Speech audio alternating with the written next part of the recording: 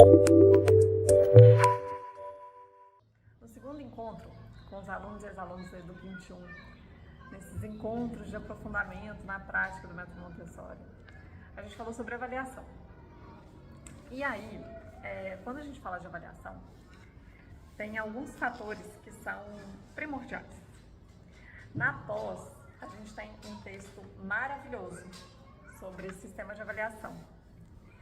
E no início desse texto, uma leitura que deve ter umas 40 páginas, um material que a gente traduziu de uma organização americana, enfim, um material maravilhoso. No início desse material, existe uma consideração sobre a diferença entre o que são fins e o que são meios. E aí é até gostoso, assim, voltar nesse material e às vezes a gente reler esse material e discutir sobre ele em algum momento. Mas quando a gente fala de avaliação, essa diferença entre fins e meios é um fator que deve ser considerado em grande medida, né? Que são fins, são os objetivos de aprendizagem. Poxa, eu recebo a criança sem determinadas habilidades, eu preciso entregar essa criança com determinadas habilidades.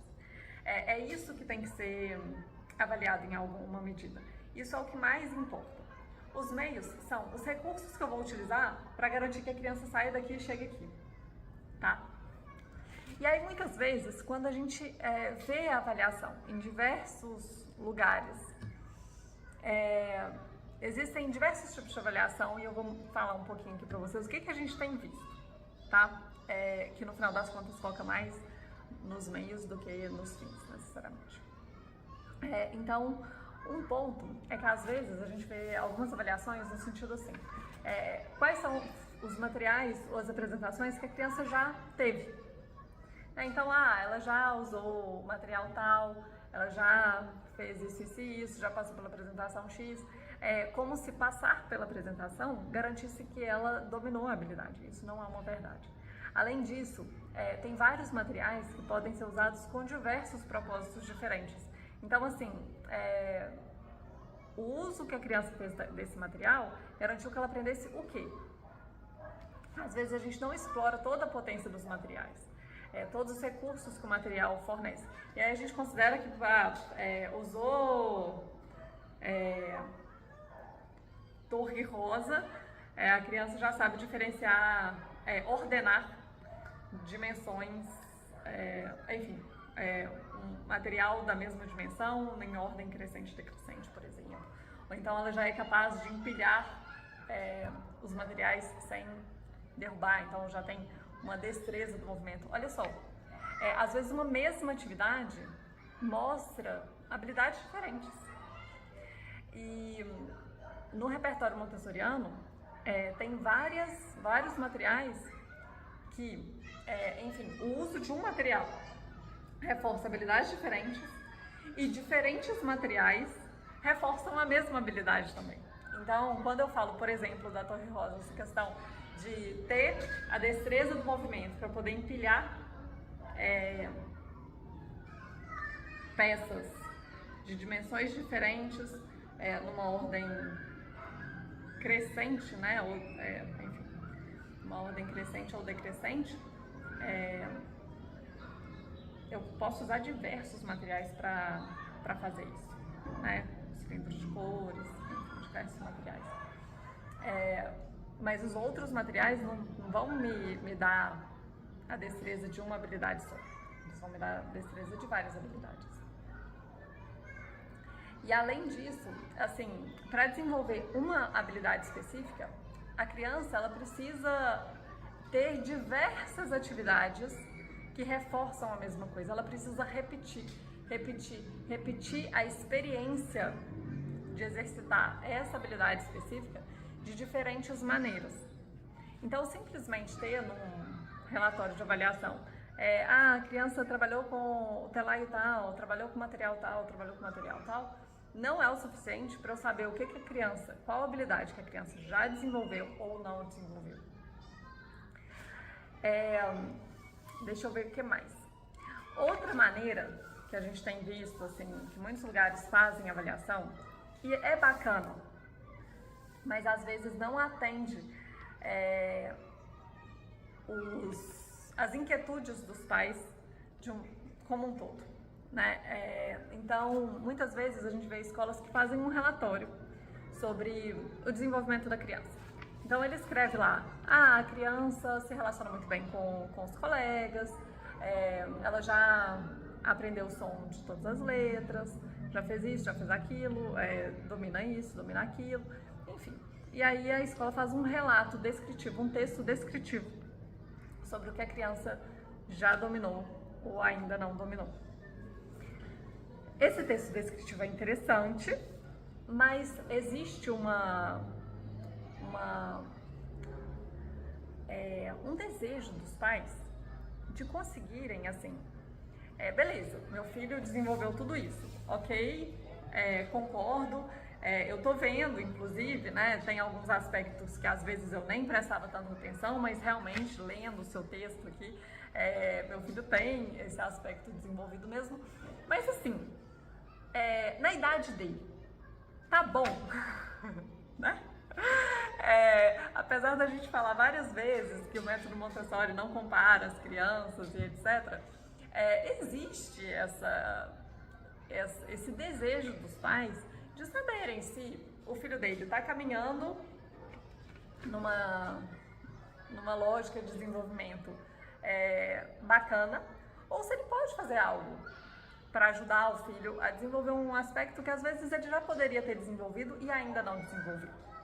Então esse relatório descritivo fala muito daquela criança, mas não dá essa noção para os pais de que, enfim, a criança ela poderia ter avançado em algumas coisas que ela não avançou, ou o contrário, e como que eu contribuo de alguma forma. Então é claro que assim, os pais que já têm uma relação mais duradoura com a escola, escolas que têm mais tempo de vida e que os pais já confiam muito na condução, né, daquela escola e etc. Poxa, às vezes esse tipo de avaliação é mais confortável, porque como a escola já tem muito tempo, já formou muitos alunos, eles sabem que no final das contas a criança que vai sair dali vai seguir mais ou menos o que as outras, né, o mesmo modelo das outras crianças que passaram por ali antes.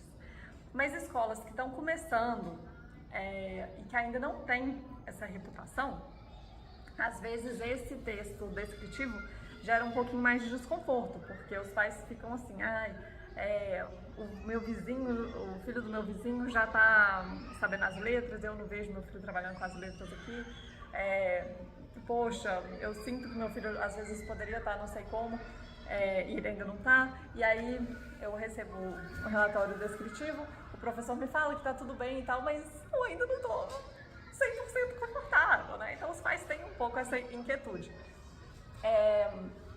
E aí, qual foi a maneira que a gente buscou para sanar essas inquietudes?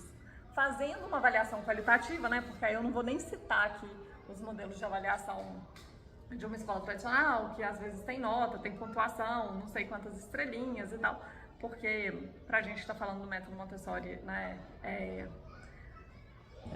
nem cabe falar dessas coisas, assim, mas, enfim, como é que a gente faz um processo de avaliação que traz uma objetividade no sentido de informar aos pais o que a criança pode desenvolver de acordo com em determinada idade, e como que ela está em relação àquilo que ela pode desenvolver naquele período específico, e como que ela está, de uma maneira qualitativa e objetiva ao mesmo tempo, né? Então a gente buscou um pouco esse processo e encontramos um caminho que no encontro que a gente fez com os alunos e ex-alunos, a gente mostrou um pouquinho qual é o caminho que a gente encontrou e a gente pode trocar experiência sobre isso ao longo do tempo. muitas pessoas, muitas escolas mais antigas inclusive, elas estavam acostumadas a usar um formulário que demonstra as habilidades, apesar de em alguns momentos estarem bem focados no material. Aí a gente tem que ter esse olhar um pouco crítico para enxergar o que está escrito ali. Mas era um formulário um pouco comprido e às vezes eram muitas habilidades para os pais lerem. Na pós, a gente também tem aquele mapa de habilidades e competências que é bem grande, né? A gente tem um mapa de habilidades e competências por área do conhecimento, dando ali alguma referência de idade, mas ele é um mapa bem extenso.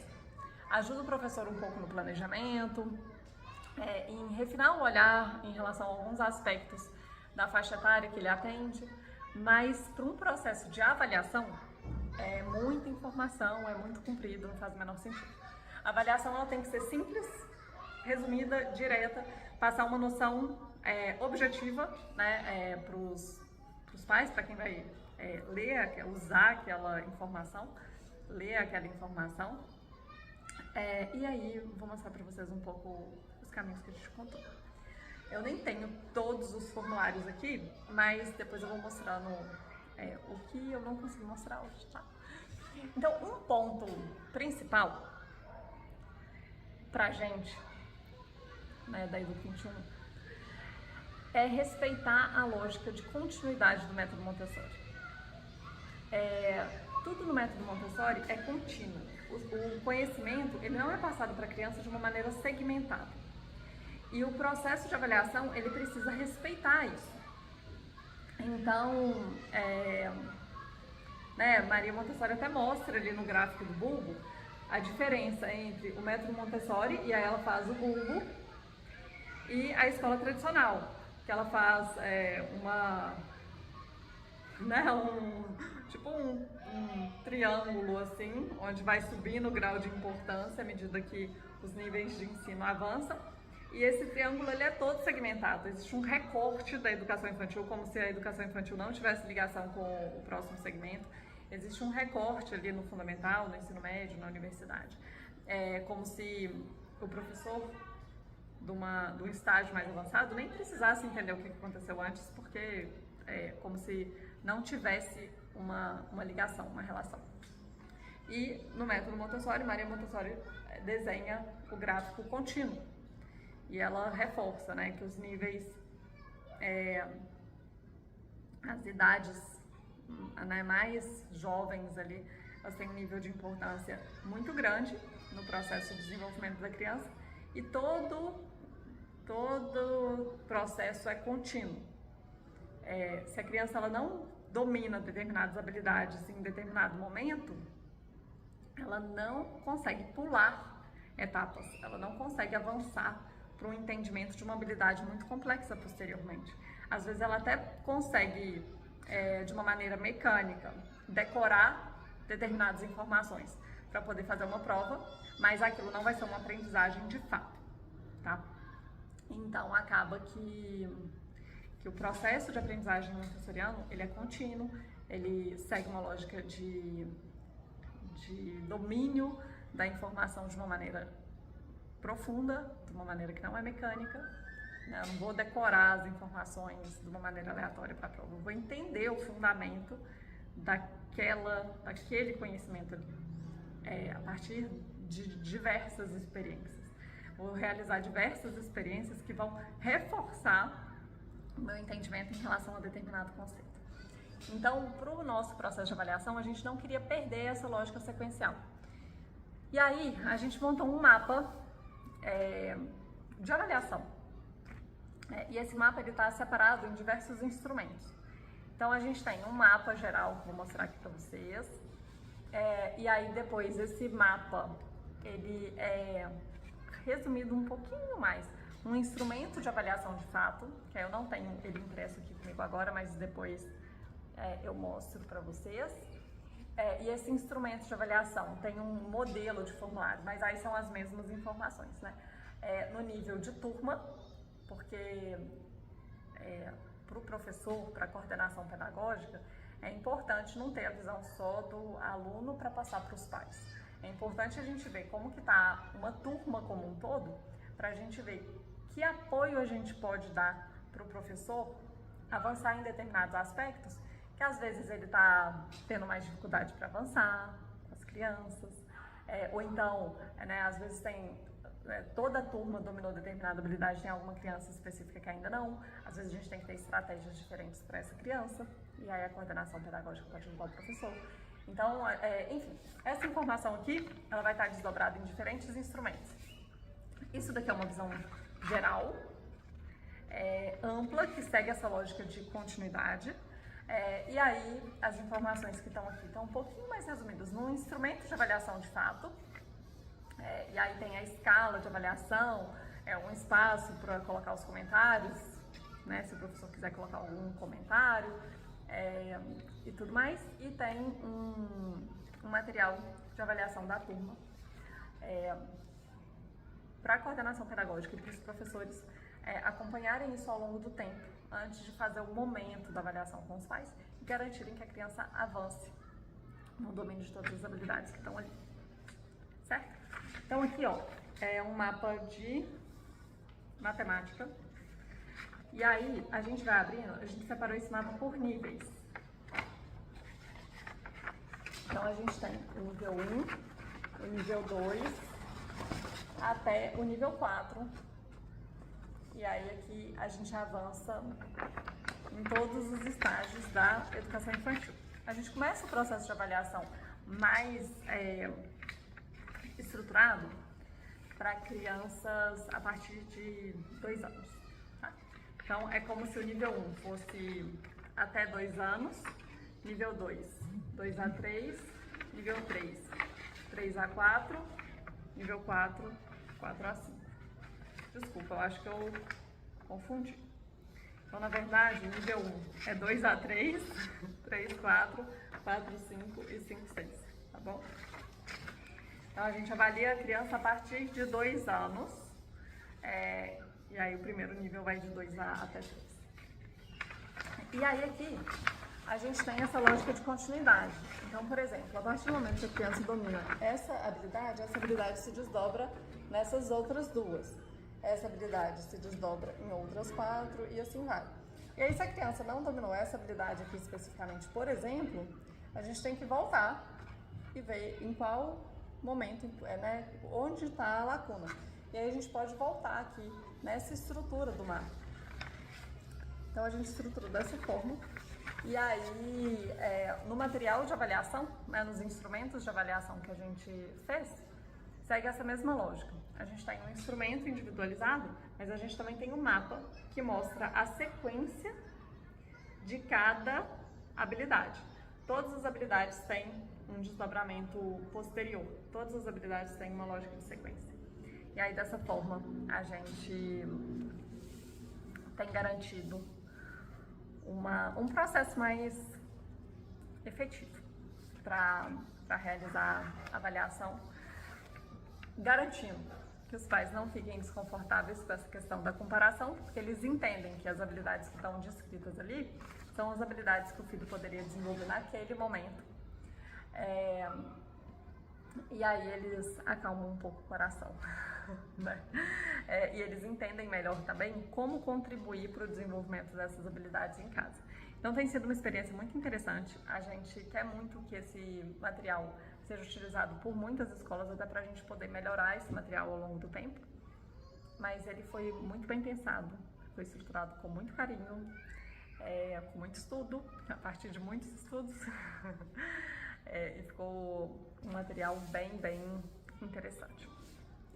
Para mim, o maior ganho desse material de avaliação é garantir um direcionamento alinhado entre os professores e garantir uma formação continuada dos professores mais eficaz, mais efetiva.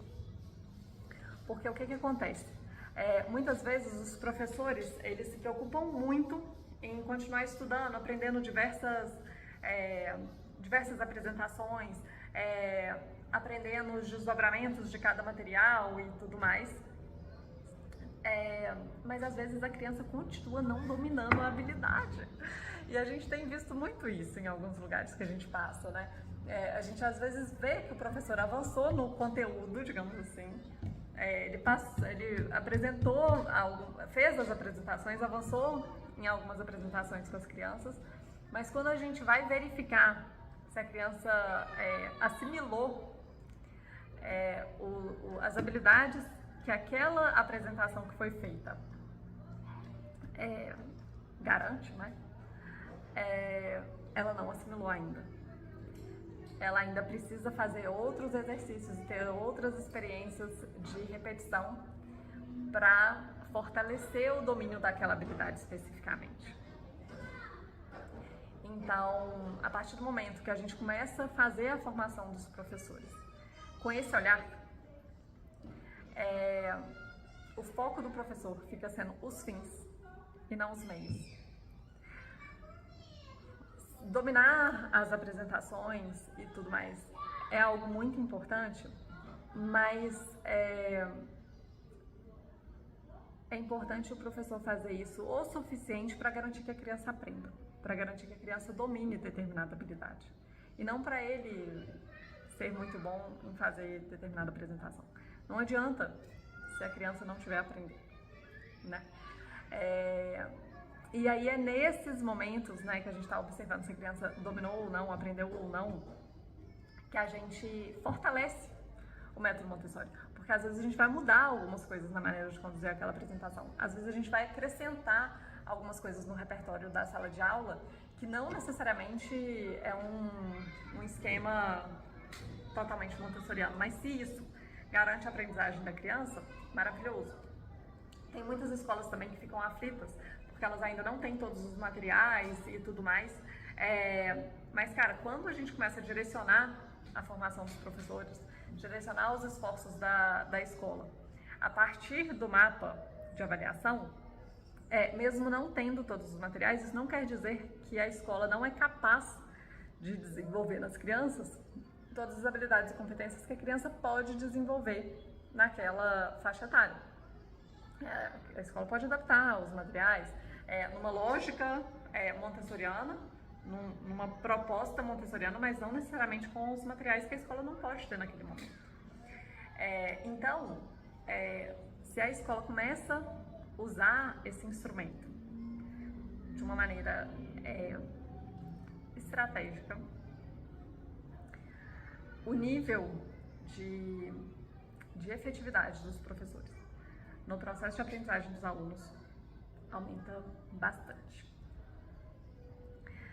E aí, outro fator que também é muito interessante é que, poxa, toda jornada montessoriana às vezes demora bastante tempo, né? Pra gente ter todos os materiais, lembrar de todas as apresentações, dominar todas as apresentações, etc. Às vezes isso leva um certo tempo. Quando a escola está começando a usar o método Montessori e tudo nessa dinâmica, se ela organiza o ambiente, a formação dos professores e tudo mais, a partir desses instrumentos de avaliação, as primeiras apresentações, a condução do professor pode ser um pouco híbrida. O professor, ele precisa garantir que a criança aprenda aquelas habilidades de uma maneira profunda, não de uma maneira mecânica, numa lógica montessoriana. Então, o professor, ele pode começar a organizar determinadas atividades que ele já se sente confortável para fazer, que ele já domina. E aí, à medida que ele vai estudando o método Montessori, etc., ele pode ir substituindo essas atividades que ele já está acostumado, que garante a aprendizagem da criança e etc., por uma apresentação montessoriana, à medida que ele vai ganhando esse domínio. Agora, querer que o professor domine tudo do Montessori, numa lógica que ele ainda está inseguro e que ele ensine para a criança, cara, se o professor estiver inseguro com a maneira de ensinar determinada coisa para a criança não vai aprender. Então, a gente precisa muito buscar essa lógica de equilíbrio nesse processo de formação dos professores para usar o método Montessori, de adaptação da escola para se fortalecer no método Montessori, mas sem perder de vista a finalidade principal. No final das contas, o que mais importa é se a criança consegue aprender o que ela pode no momento que ela pode, né? E se a gente puder, e a gente precisa usar os recursos que a gente tem para garantir que essa aprendizagem aconteça. Aos poucos, a gente vai percebendo que o repertório montessoriano é muito mais efetivo do que outros instrumentos nessa dinâmica. Então, o meio mais cabível para a gente chegar nesse desenvolvimento natural, integral e tudo mais, é o método Montessori.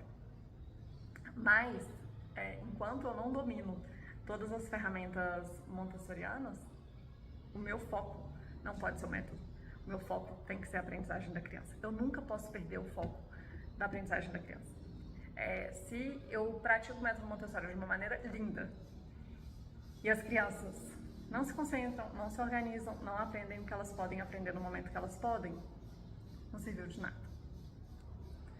Então esse foi um pouquinho do nosso papo sobre avaliação. E aí, depois eu vou gravar o resumo, né, dos nossos outros papos e vocês fiquem super à vontade para mandar comentários, perguntas. Eu espero que mais pessoas apareçam nos próximos encontros. Estou com saudade de todos vocês.